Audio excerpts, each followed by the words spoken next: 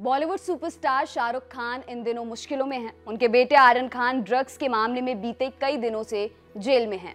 शाहरुख खान और उनकी पत्नी गौरी खान ने बेटे की रिहाई के लिए पूरा जोर लगा दिया। मंगलवार 26 अक्टूबर को उन्होंने केस की पैरवी के लिए वकील तक को बदल दिया।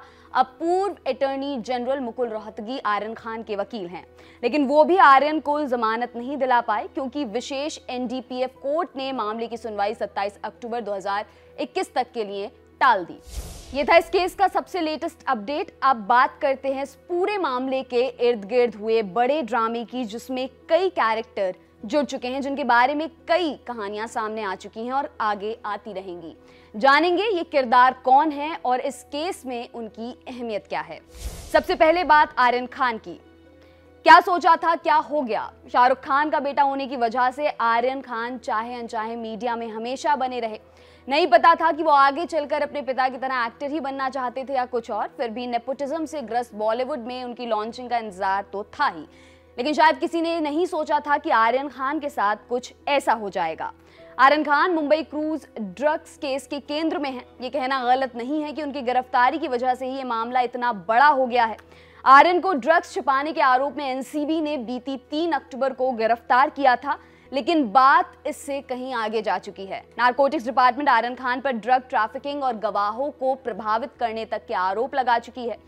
अब देखना होगा कि एनसीबी उन्हें सजा दिलवा पाती है या 20 दिनों से जेल में रह रहे आर्यन खान के नए वकील मुकुल रोहतगी उन्हें जमानत पर रिहा करवाने में कामयाब होते हैं। इस केस में दूसरा अहम नाम है समीर वानखेड़े का। एनसीबी यानी नारकोटिक्स कंट्रोल ब्यूरो के जोनल डायरेक्टर हैं। इससे पहले भी कई फिल्मी हस्तियों पर कार्रवाई कर चुके हैं। प्रिया चक्रवर्ती वाले मामले में भी उनका नाम बहुत चर्चा में था।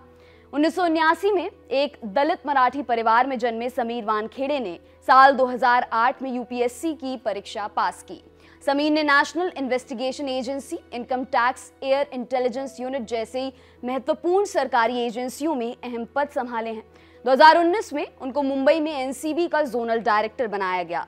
आर्यन खान का केस उनके लिए भी मुसीबत बन गया है। महाराष्ट्र सरकार के मंत्री और एनसीपी के नेता नवाब मलिक ने समीर वानखेड़े पर वसूली से लेकर धोखाधड़ी से नौकरी हासिल करने तक के आरोप लगाए हैं। यहां तक कि उनकी धार्मिक पहचान भी सवालों के घेरे में है, जिसे लेकर एनसीबी अधिकारी को बार बार सफाई भी देनी पड़ रही है। अब बात नवाब मलिक की। महाराष्ट्र सरकार में अल्पसंख्यक मामलों के मंत्री और एनसीपी के नेता हैं। उत्तर प्रदेश में जन्मे नवाब मलिक फिलहाल आर्यन खान ड्रग्स मामले को लेकर सुर्खियों में हैं। उनका दावा है कि शाहरुख खान के बेटे को फंसाया गया है और इसके पीछे समीर वानखेड़े का हाथ है। नवाब मलिक का कहना है कि समीर वानखेड़े के बीजेपी से संबंध है। उन्होंने इस केस के सभी गवाहों को एनसीबी द्वारा फिक्स भी बता डाला। नवाब मलिक लगभग हर दिन एक नए दावे के साथ समीर वानखेड़े के खिलाफ ट्वीट करते हैं। इसके चलते इस केस में हर दिन एक नया एंगल जुड़ता जाता है। अगर नवाब मलिक ये सब दावे ना करते तो शायद इस केस के इतने किरदार नहीं होते। वैसे सवाल नवाब मलिक पर भी उठाए गए हैं। बीजेपी का कहना है कि वरिष्ठ एनसीपी नेता इसलिए इस केस में इतनी दिलचस्पी ले रहे हैं क्योंकि उनके दामाद को समीर वानखेड़े ने इसी साल जनवरी में गिरफ्तार किया था। हालांकि बाद में उन्हें जमानत मिल गई थी। अब बारी आती है मुनमुन धमेचा की। जब आर्यन खान को इस केस में गिरफ्तार किया गया तो उनके साथ 2 और लोग थे, अरबाज मर्चेंट और मुनमुन धमेचा। मुनमुन धमेचा पेशे से एक फैशन मॉडल हैं। मध्य प्रदेश के सागर में जन्मी मुनमुन 6 साल पहले दिल्ली में शिफ्ट हुई थी।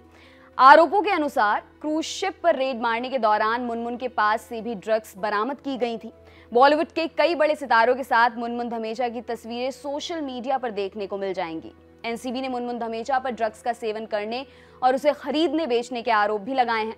इन्हें भी अब तक कोर्ट से जमानत नहीं मिल पाई है। फ्लेचर पटेल।